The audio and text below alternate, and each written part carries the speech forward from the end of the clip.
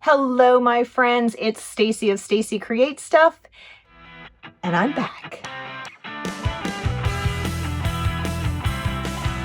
I've been missing in action for about 3 weeks, but not because I haven't been crafting. As a matter of fact, I've worn my fingers to the bone. Okay, not quite, but I have created 2 quilt tops and hand appliqued and hand quilted an 18-inch pillow top. So I have lots to share with you. I will have tutorials for all of those projects coming out in the next few weeks. But what I'm most excited to share with you is that now I work at the local quilt shop, and I am so excited. I am there Saturdays, and in July and probably part of August, I will be there during the week as well, because July 1st starts the Mid-Atlantic Shop Hop. This is the shop hop to end all shop hops. Well, not really end. I think it's the start of a really fantastic series that's going to be hopefully going on for years to come. There are 96 shops participating. But before you panic and think, my gosh, how will I ever get to all 96? It is broken down into regions. And so if you can make it to all the shops in your region, then you can be entered in for a prize from that region. Now, there is a Facebook group, and there are people already planning out trekking to all 96 shops. More power to them. I think that's fantastic. I, however, in part because I'll be working, and also I really don't have the time to travel all over the Mid-Atlantic to hit all 96 shops, but I do plan to get to all 13 that are in my region. There are 8 regions in the shop hop, covering Pennsylvania, New Jersey, Maryland, Delaware, Virginia, and West Virginia. To participate in the shop hop, I highly recommend that you pick up one of these Mid-Atlantic Shop Hop magazines. They have all the information that you need about each of the shops that is participating. There are also 6 quilt patterns included in the magazine. And in the center, you will find the passport, which is what you will need to get stamped at each of the participating shops that you plan to visit. This shop hop runs from July 1st through August 31st. And you want to make sure that you get your passport into the mail so that it is postmarked by September 3rd in order to be eligible for the prizes. And while supplies last, each shop has a unique fabric square that you can collect. So you'll want to be sure to not forget to pick that up as well. You do not have to purchase the magazine in order to participate. Shops that are part of the shop hop will have that middle section, that passport section, available for you to pick up.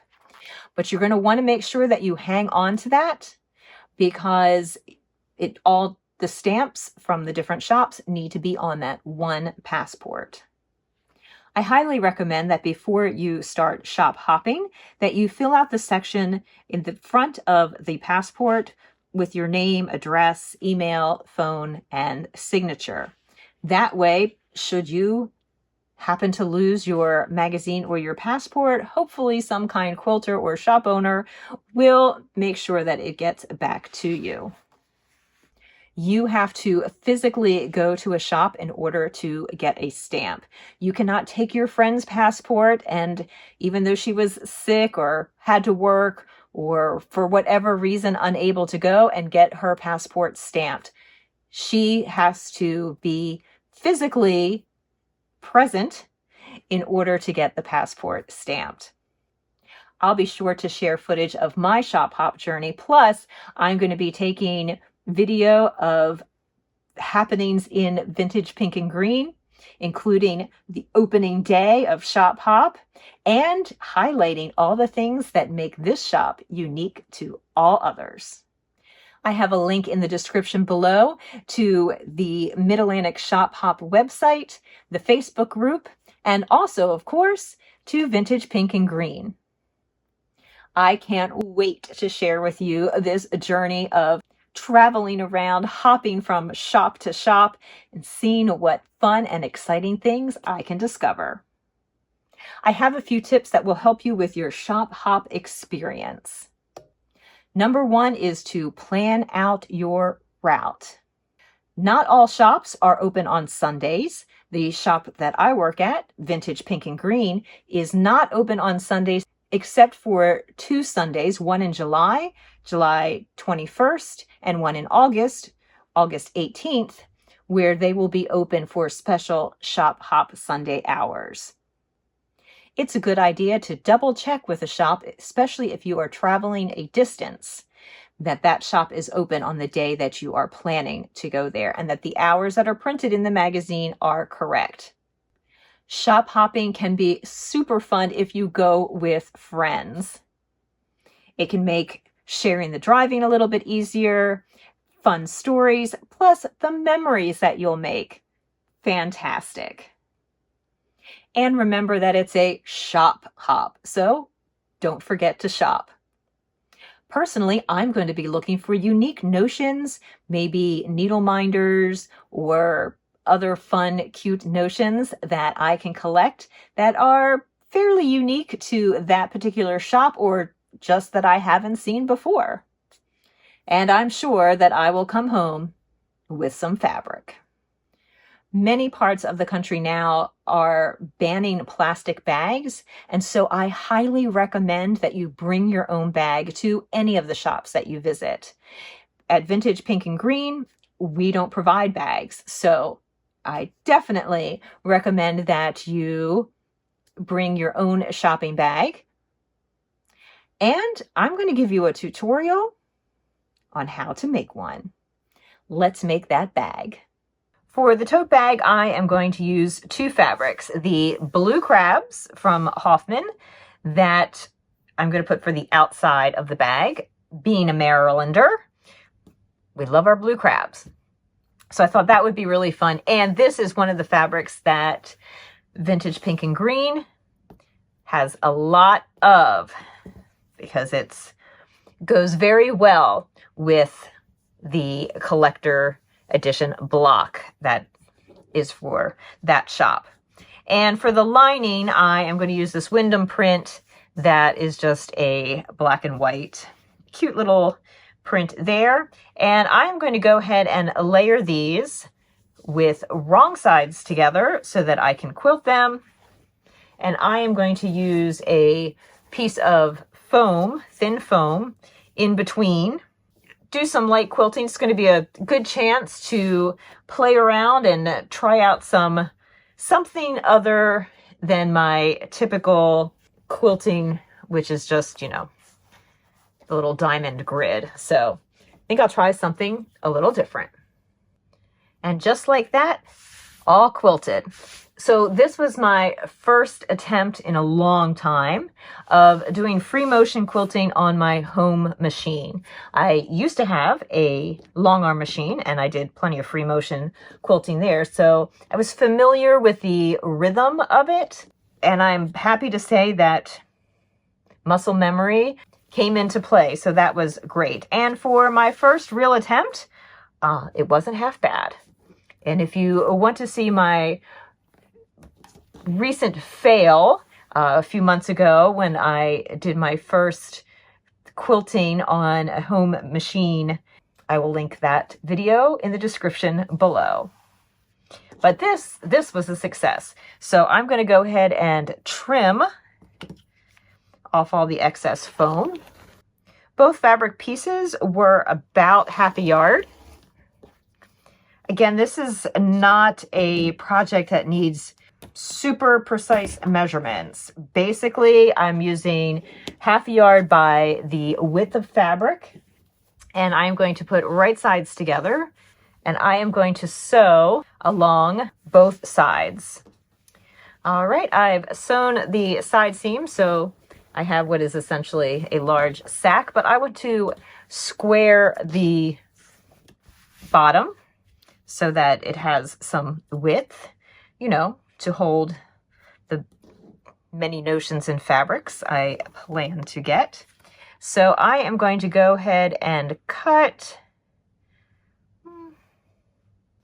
I'm going to cut a 3-inch square. I did sew my seam a little wider than a 1/2 inch, more at 3/8. So when I cut my 3-inch square, that will make my bottom end up being about 5.5-ish inches. And I am going to mark this. I think that'll be the easiest way because I don't want to cut into the bag. I want to make sure I stop at the right point there. So I've marked that corner, and then I'm going to mark the opposite corner.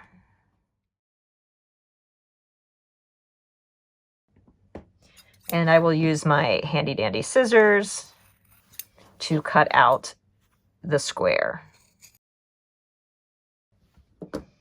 All right.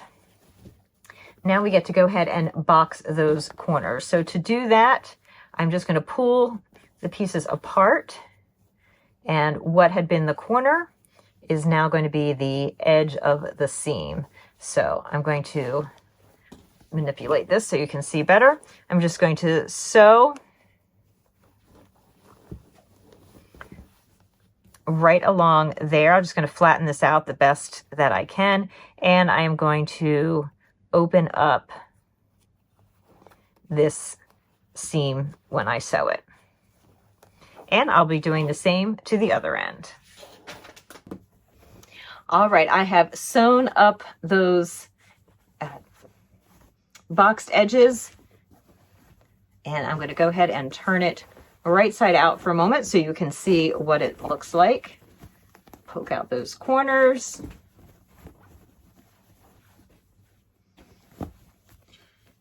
And at this point, it's a pretty tall bag.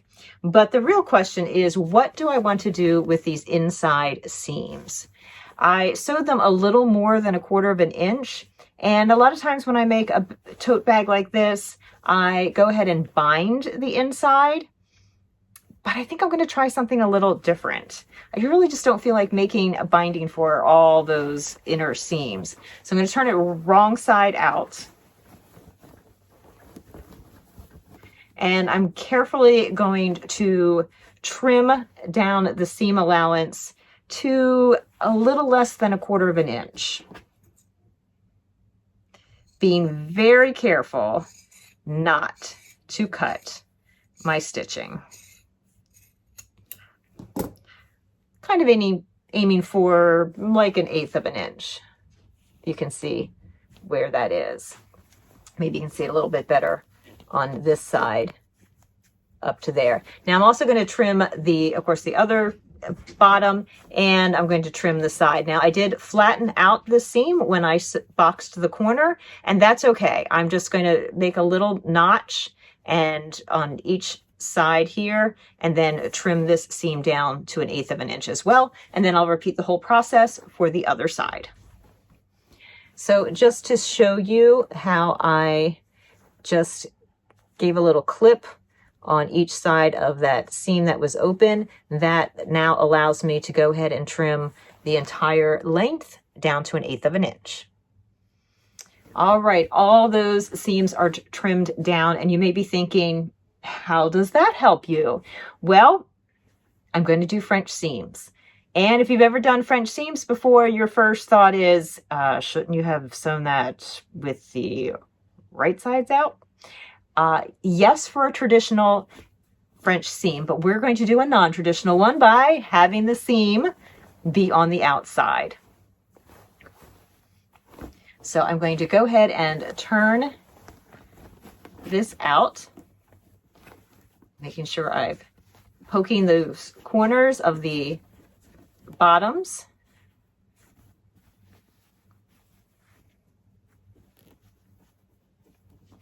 And I'm going to go ahead and sew, and I'm going to sew with this side facing where I can see that side seam. I'm going to sew 1/4 of an inch, and I'm going to stop 1/4 of an inch from this side seam. And then I'm going to do the same here. Contemplating for a moment whether I should do the side seam first and then come back and do the others. I don't think it's going to matter, but the idea is that I will still be able to grab that 1/4 of an inch there and be able to sew all the way down to the end. Now, ultimately, I am going to bind the top, I think. We'll see. I've changed my mind multiple times in the progress of making this bag. So let's do these French seams and see how they turn out.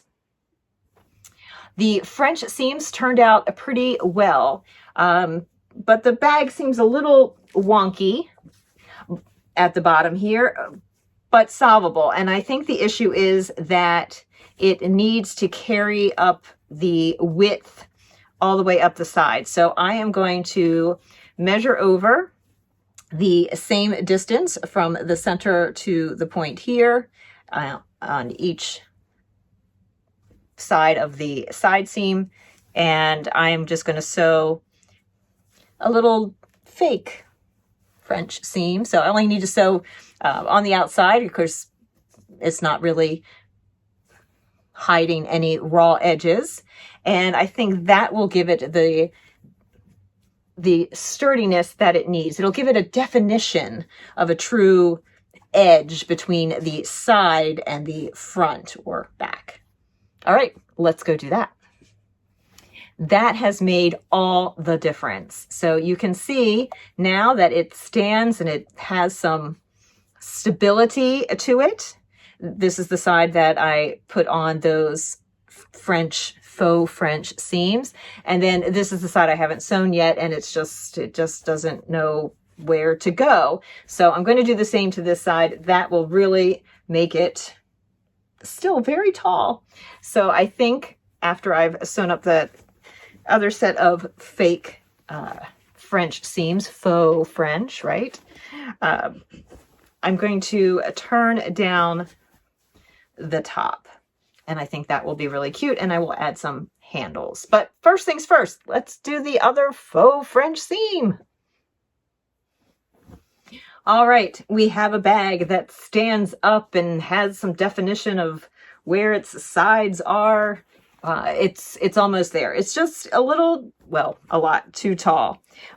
But we're going to fix that. First, I'm going to bind the top edge. So I have this lovely red batik that I am going to sew all along the top, just like I would binding the edge of a quilt.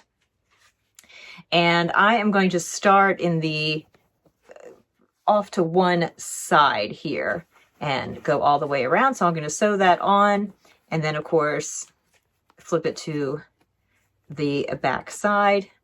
Well, let's not get ahead of ourselves. Let's get this sewn on. Now, I will note that since we have these French seams on the exterior, I need to figure out which direction they're going to go. And so this is the side of the bag. I am going to have the seams go away from the middle of the side. And then this middle one, just going to press it to one side or the other. I don't think it's going to really make a difference, but I think that will help give a little bit more extra definition when I'm putting on the binding. So as I go around here, I'm just going to press this seam to one side and sew that over.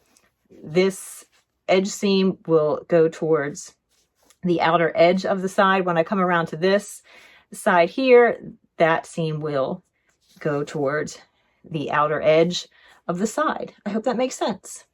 Let's get sewing.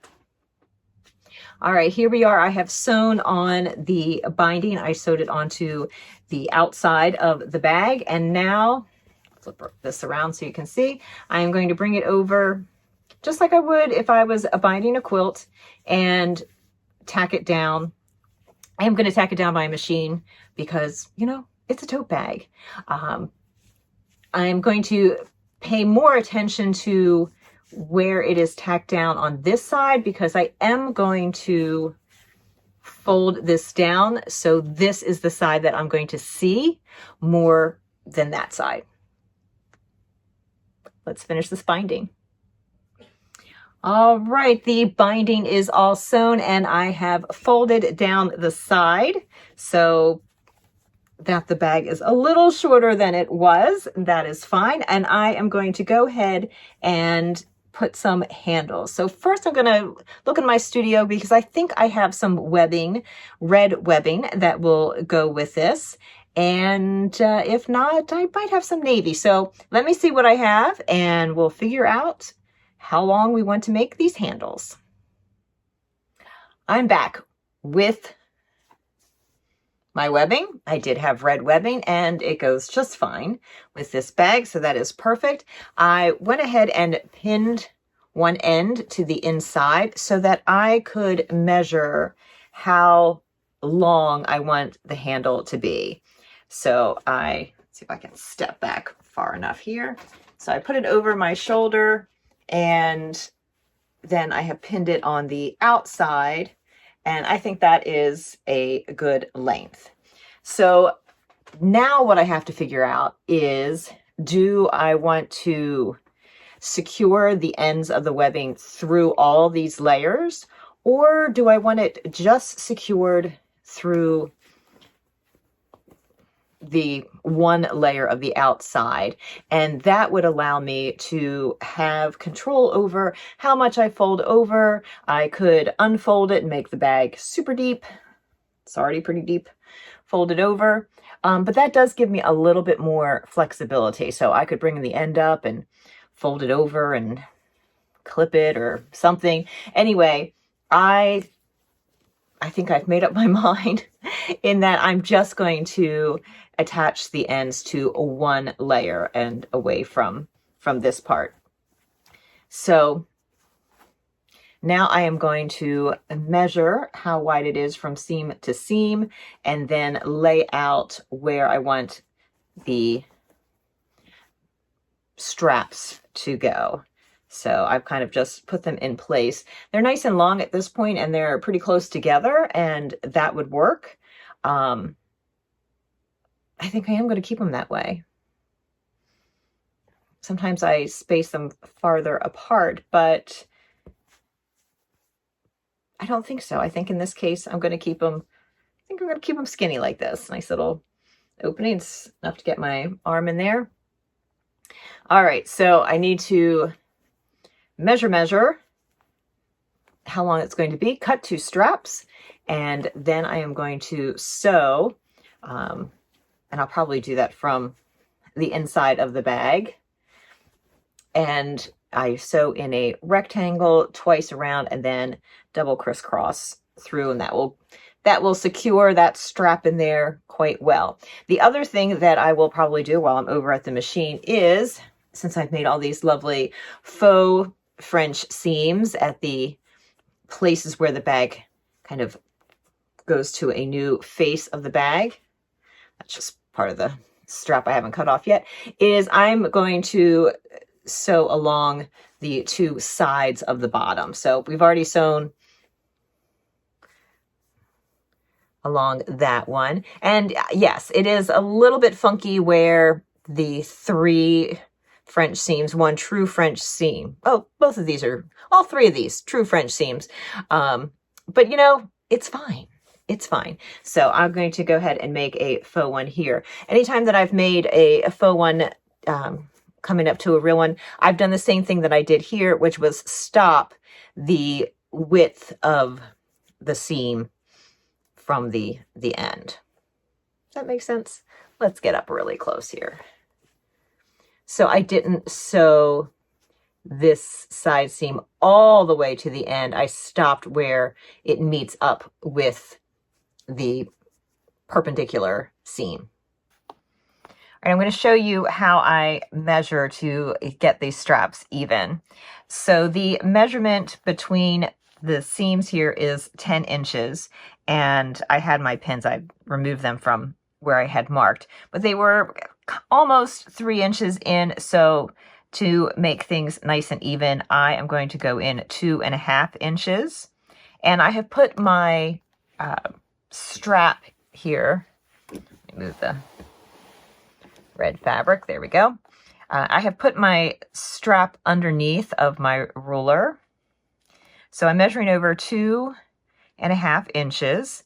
And then I am bringing this up so that until the end of it is 1.25 inches. And I have laid my ruler down so that it is even. This is a 6-inch ruler. So this is how I'm measuring out where the strap needs to go. Now, of course, I don't want to pin through the entire bag, just the one layer. There we go.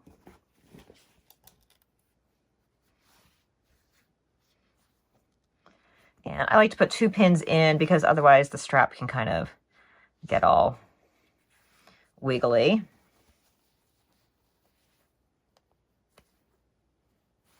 All right, now let's go sew this one in. Make sure that it's all working great. Yes, this is a lot of looseness, but remember this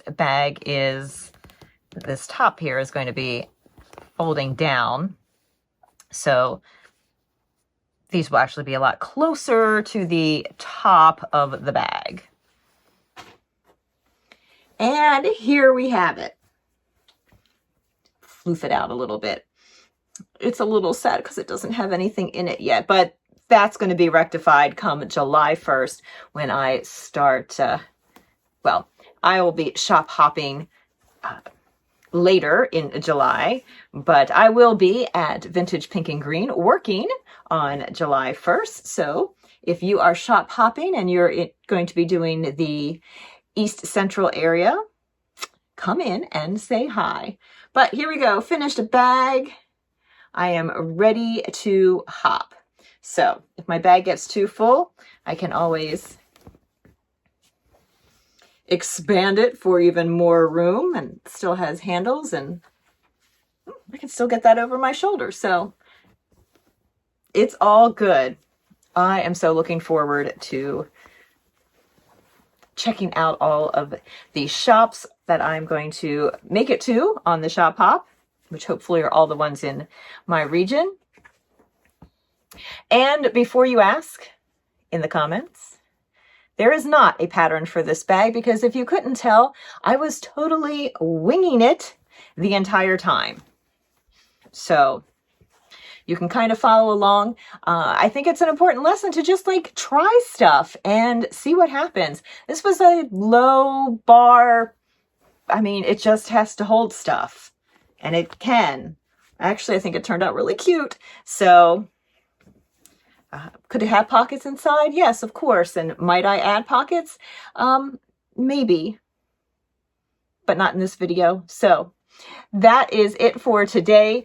I look forward to hopefully getting to meet some of you if you are participating in the shop hop. So be sure to check it out. Again, all links are in the description below. And be on the lookout, because also starting in July is the Jolly in July series that I am doing with my friend Lauren over at Garden Girl Studios. So we are going to have a craft video between the two of us every weekday in July. Well, at least for the first 4 weeks. 4 weeks of craft videos during the weekdays. So be on the lookout for that. Make sure that you subscribe, hit the notification bell, and hey, if you made it this far, why not leave me a comment in the comments below? Let me know if you are going to be doing the shop hop. Until later, my friends, this is Stacy. See ya.